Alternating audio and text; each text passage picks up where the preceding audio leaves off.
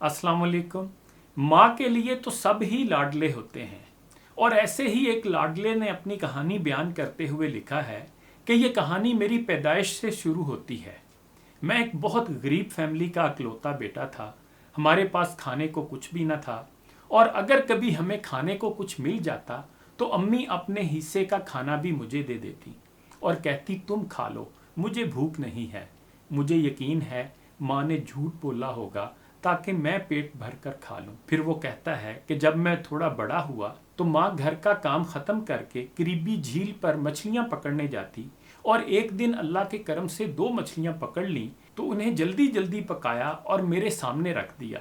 मैं खाता जाता और जो कांटे के साथ थोड़ा लगा रह जाता उसे वो खाती। ये देखकर मुझे बहुत दुख हुआ।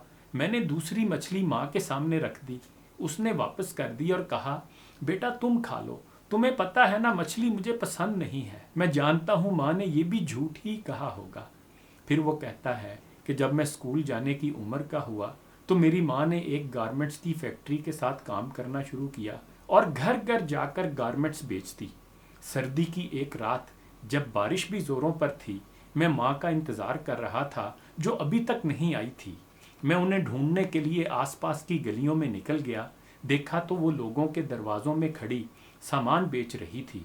मैंने कहा, माँ अब बस भी करो, थक गई होगी, सर्दी भी बहुत है, टाइम भी बहुत हो गया है, बाकी कल कर लेना।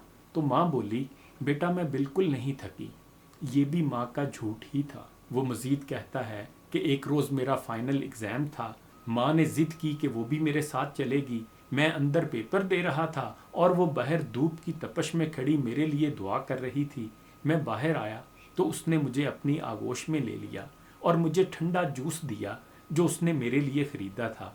मैंने जूस का एक घोंट लिया और माँ के पसीने से शराबूर चेहरे की तरफ देखा। मैंने जूस उसकी तरफ बढ़ा दिया तो वो बोली, नहीं बेटा तुम पियो, मुझे प्यास नहीं है। ये भी झूठ ही होगा। फिर वो कहता है कि जब मैंने ग्रेजुएशन मुकम्मल कर ली तो मुझे एक अच्छी जॉब मिल गई। मैंने सोचा अब माँ को आराम करना चाहिए और घर का खर्च मुझे उठाना चाहिए। वो बहुत बूढ़ी हो गई है। मैंने उन्हें काम से मना किया और अपनी तनख्वाह में से उनके लिए कुछ रकम मुख्तस कर दी तो उसने लेने से इनकार कर दिया और कहा कि तुम रख लो, मेरे पास हैं, मुझे पैसों की ज़रूरत नहीं है। ये भी झूठ था। मैंने जॉब के साथ अपनी पढ़ाई भी मुकम्मल कर ली तो मेरी तनख्वाह भी बढ़ गई और मुझे जर्मनी में काम की ऑफ़र हुई। मैं वहाँ चला गया। सेटल होने के बाद उन्हें अपने पास बुलाने के लिए फ़ोन किया तो उसने मेरी तंगी के ख्याल से मना कर दिया और कहा कि मुझे बाहर रहने की आदत नहीं है, मैं नहीं रह पाऊंगी। मुझे तो लगता है ये भी झूठ ही था। असल बात ये थी कि वो मुझ पर बोझ नहीं बनना चाहती थी।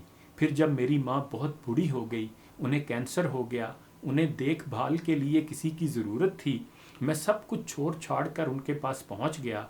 वो बिस्तर पर लेटी हुई थीं। मुझे देखकर मुस्कुराने की कोशिश की।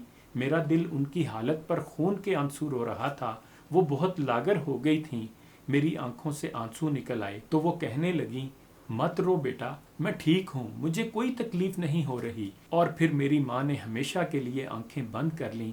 आखिरी वक्त भी माँ जब तकलीफ़ में थी तो उसको यही फ़िक्र थी कि मुझे कोई दुख ना हो, बस मैं खुश रहूँ। क्या हस्ती है ये माँ, इसका कोई नेमल बदल नहीं। जिनके पास माँ है इस अजीम नेमत की हिफाजत करें इससे पहले कि ये अपना आखिरी झूठ बोल जाए। और जिनके पास नहीं है उन्हें चाहिए कि वो हमेशा उनकी मग़फ़िरत और बुलंदी दर्जात के लिए दुआ करते रहें। अगर आपकी वालदा ज़िंदा हैं तो उनकी खूब खिदमत कर लें। मुनव्वर राना के इस शेर के साथ इजाज़त चाहूँगा। तेरे दामन में सितारे हैं तो होंगे ए फलक, मुझको अपनी माँ की मैली ओढ़नी अच्छी लगी।